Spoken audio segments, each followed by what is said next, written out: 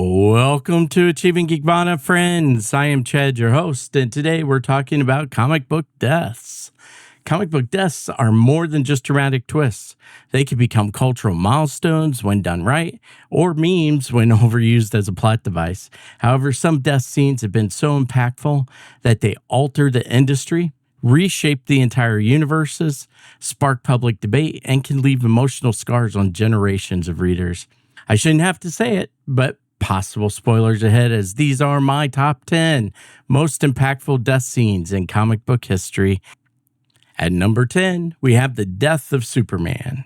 As the Man of Steel met his match, an editor at DC Comics says Superman will die November 18th.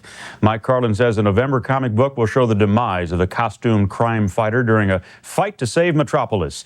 Up in the sky, it's a bird. It's a corpse. Come mid-November, Superman will be flying all right to heaven. His S will grace his casket rather than his chest. In 1993, Superman died and the world stopped. Media outlets covered it like a real obituary. People lined up around comic stores. Schools held discussions. The Man of Steel, the symbol of hope and invincibility, was beaten to death by Doomsday in a battle that left him lifeless in Lois Lane's arms. Today, death plot twists in comics seem like a meme, with characters dying and being revived faster than you could say Mr. Mixelblixt. However, with Superman's death, it was fresh, and it became a publishing phenomenon, proving that comic book storytelling could still shake pop culture to its core. And in fact, it exposed another truth, and that is the general public cared about these comic characters maybe more than we ever realized. At number 9, we have the death of Rorschach in Watchmen number 12. Rorschach was the champion of truth. He believed truth at any cost, and never compromise was his motto. Rorschach's death at the hands of Dr. Manhattan wasn't just tragic. It was the moral gut punch of Watchmen.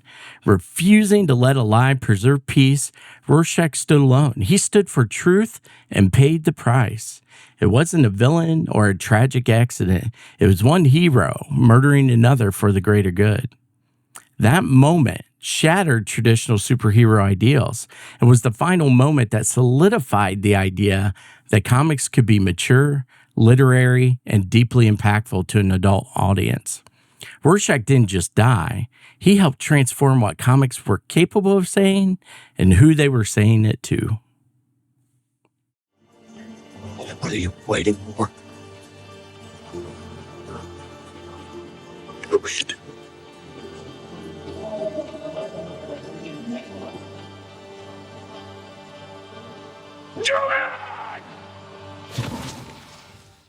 At number 8, we have the death of Jean Grey. Jean Grey's death on the moon as the Dark Phoenix was both cosmic and deeply human. Her transformation into a destructive god forced the X-Men and readers alike to confront the limits of love, loyalty, and sacrifice. Jean chose death over losing herself entirely, delivering one of the most heartbreaking and earned exits in Marvel history. This story elevated the stakes in superhero storytelling, particularly for women, proving they could be powerful, complex, and central to a narrative's soul. Jean's death wasn't just a tragedy, it was a literary triumph that changed how superhero sagas were written after that. Even though her later multiple resurrections and deaths became bothersome and to some even annoying, that cannot diminish the impact that her first death had on readers and future comics. Number 7, we have the death of the Guardians of the Globe and Invincible. Invincible readers thought that they were in for a fun, classic superhero romp. Then came issue number 7. You know, the one where we were introduced finally to the Guardians of the Globe, only to watch Omni-Man murder his entire team in under 5 pages. Yep, that one.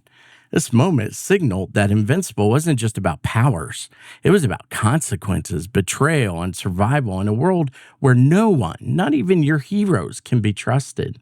It was a new kind of storytelling for superhero tales from indie creators, and it changed everything for Invincible and inspired a new generation of superhero stories from many independent publishers.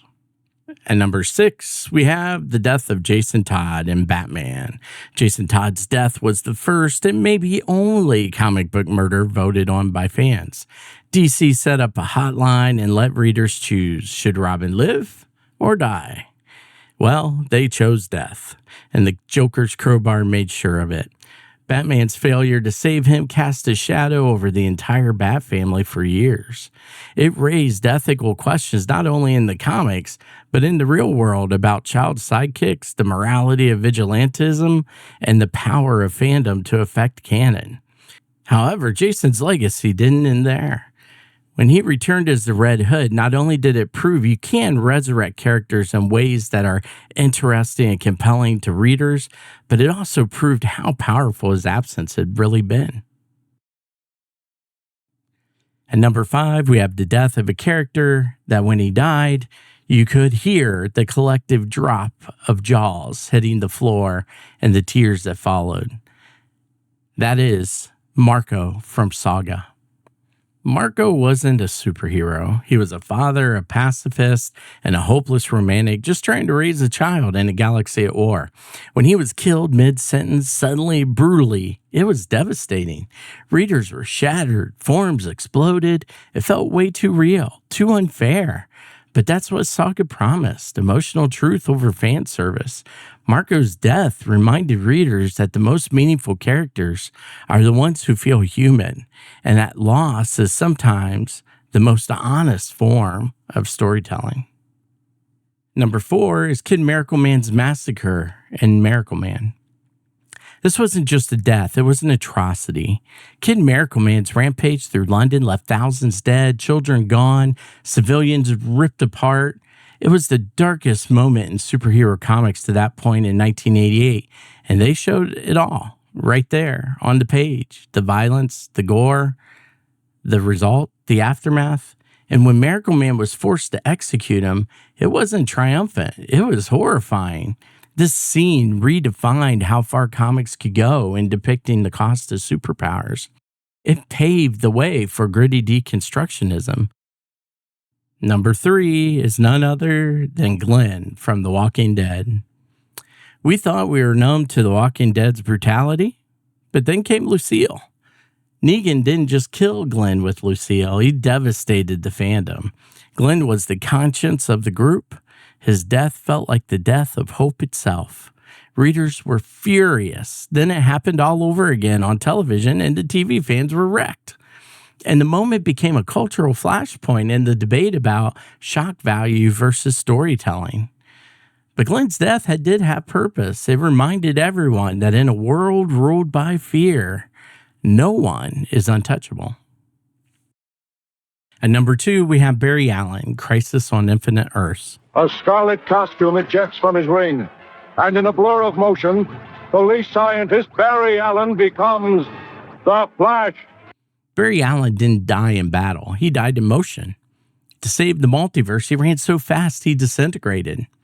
This wasn't just epic, it was symbolic. The Silver Age Flash, the man who helped launch DC's heroic revival just decades earlier, gave his life to reboot the universe.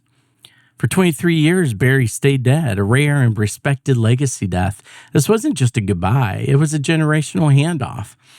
In his absence, Wally West stepped up, making the concept of legacy heroes part of the DC DNA. And finally, at number 1, we have the death of Gwen Stacy in The Amazing Spider-Man. Before Gwen Stacy, comic books played by unspoken rules. The hero saves the day and the girl lives. But when Spider-Man's web caught her fallen body and her neck, well, you know what happened. Everything changed.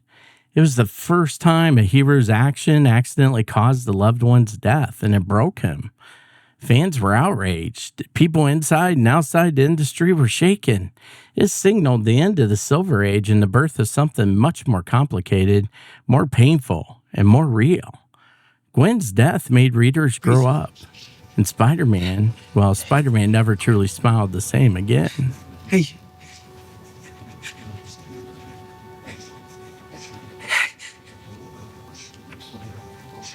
You're okay.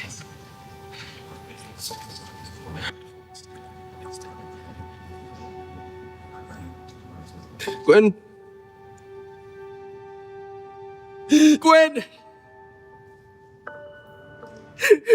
No, please, please.